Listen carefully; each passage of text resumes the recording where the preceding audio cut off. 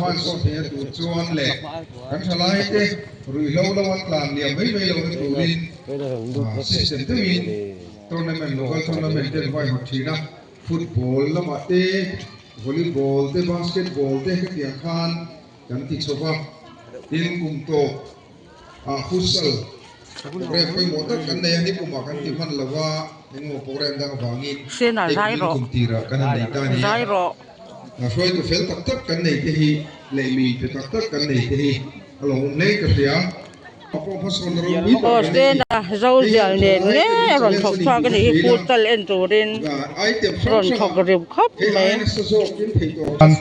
zorom deng chok tur le rotin na ta na mang turin finalist ani thalai ke le ro thar jok te po zaina hen kan som choni ti tak ka sa kan bei chuan kan ti theyang volleyball a zorom hriat kan ni towa adanga po hian ni kan tum turani hey futsal de kan om tha ka tia futsal de jo ni ta chu nai zo ko kun vela 11 field nei ve nei zo lo vina an khel war khania ke ni playground tha kan ne ya football player ISL player remo na Mizoram Premier League player te ko han kat luk toila ti te hi rilro ma thira omania tu dia tu po cho kan football player te po in boss so so ula tu dia in cricket te volleyball la badminton la ball player thare da tu po rui lo la ich se la voinia kan player te ro hi chu rui lo la ka in fili ma lo tin na na in fiamate sport te be tak turin zai hian kan nge chu le tu tu kan soi te isila lo me Kena jasa, kena di luar.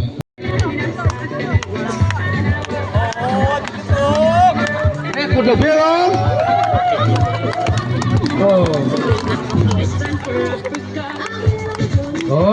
Adik letuk. Come on, check.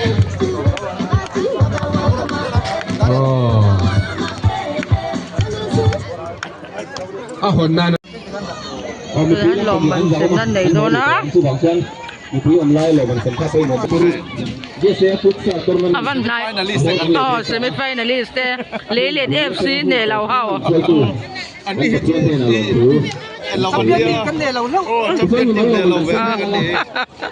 ayo mantin sen saturin pa saturin under 14 lo mantin saturin kan MC kan presiden kan suat tu bilang pula kela sambung pula yang benar pula hayo jing sela tamaro pula kan lalu tu thay đổi rất sila thì bây giờ kan lo yang tu banyak tuturan ya sabte lain lo benar pula yang dulu mai di sila tu bilang pula kecil tu kan sila Ronaldo kalau apa pun kan mau tahu tu pun kalau tu Ronaldo kalau tu Ronaldo tak Tama doon sa taga tolong sa bukla. Ay, tolong sa. Ano yung team best player? Uy, lahi ka chuk thila wag ka tangi.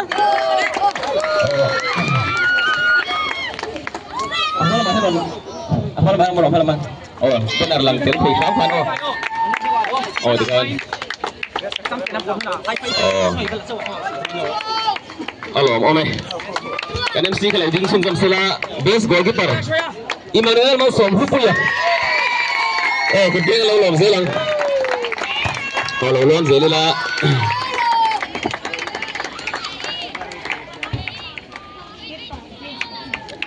top scorer. Lalu ding Zealand kan MC ka kumain. Marcus Zante. Ini rian gol nga. Thuna ni. Yan gol member under 14 na. Oleh kan presiden nilai kan MC ni Bob langsung kalau salah nang wala ruat dika tim kan turnamen ta na kan ngai hute mai khel thiam babak eng tak nai lai ruat thua ani langsung salah Glory Night datangin most promising player ani kan trophy kan paisa cheng sanga aking ter di kan ni lo khop mai le veteran kategori xem leng ở gần sang các phải lỗ sân leng thì phải có mấy cái mà từ rồi mới tự thì cho anh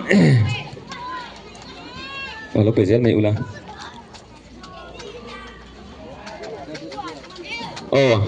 veteran best player Loman min sem sakurin akan secretary ilo suak sila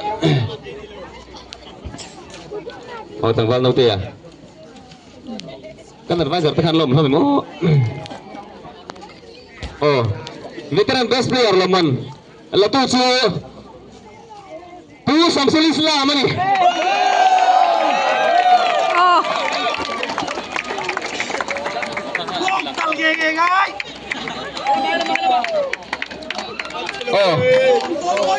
kan advisor teka pusang tu kalau mo pusang tu kami lo sem sak vesela veteran top scorer Loman hi kalau kawan mo wala benar lang kham kan itu mila change le veteran top scorer so pula pusang ren thei ani Presbyterian pastor benar lang tu zel kan ngai lut om ani hian gol sari lai thun ni tusuan kan ha hil berte sing minion su top scorer di chiang sa kan po tak senior kategori ya top scorer Loman latu su selin pu tangin lagi kia hani man gol kia kasih kan ada jatuh di dalam pisang tu kan semlek sila kelak kamera alam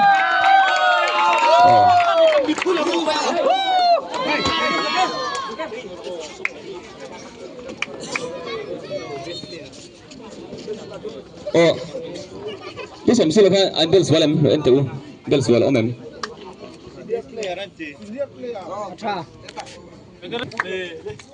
JSF turnamen sangli samni peruk ada itu sulit lari hari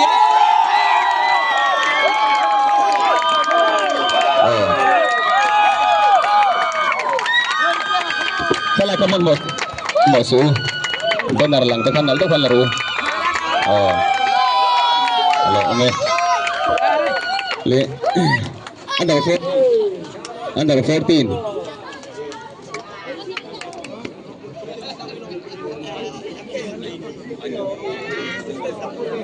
Spartan 1 Black Spartan under 14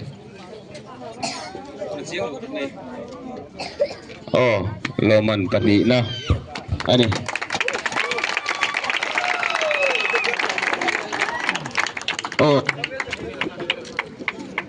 kabete ya Loman tadi nah dong tu Bangladesh FC tim kapten Bangladesh FC tim kapten langsung sila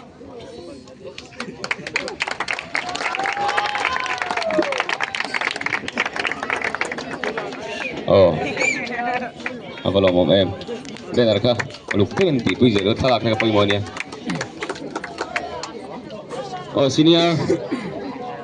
senior ay rallo tu ngai dah lah Loman dong tu cu kontang mafia teh kapten mafia mai aku lagi sila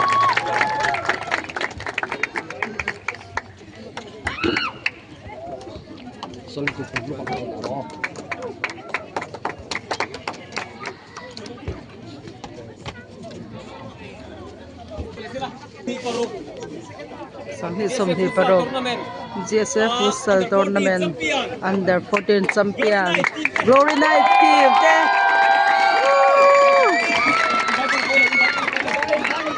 Logoro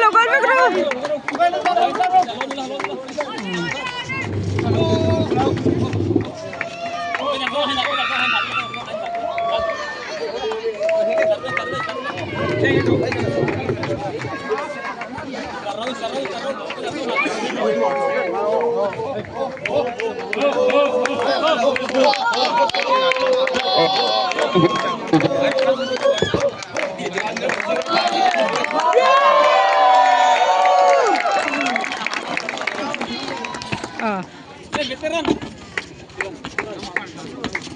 Baruk. Veteran champion. Raylet FC.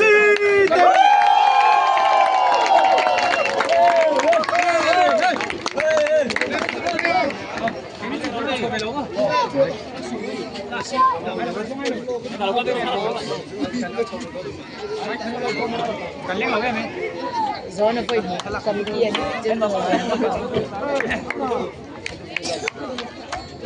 Go Fred. Hey, please what I know. Go Fred. Video no.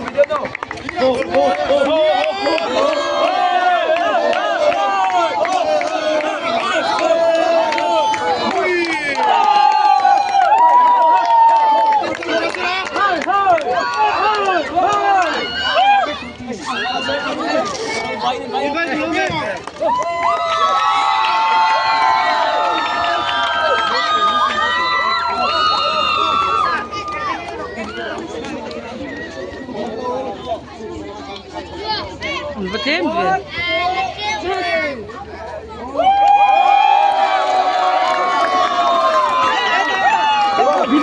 Video.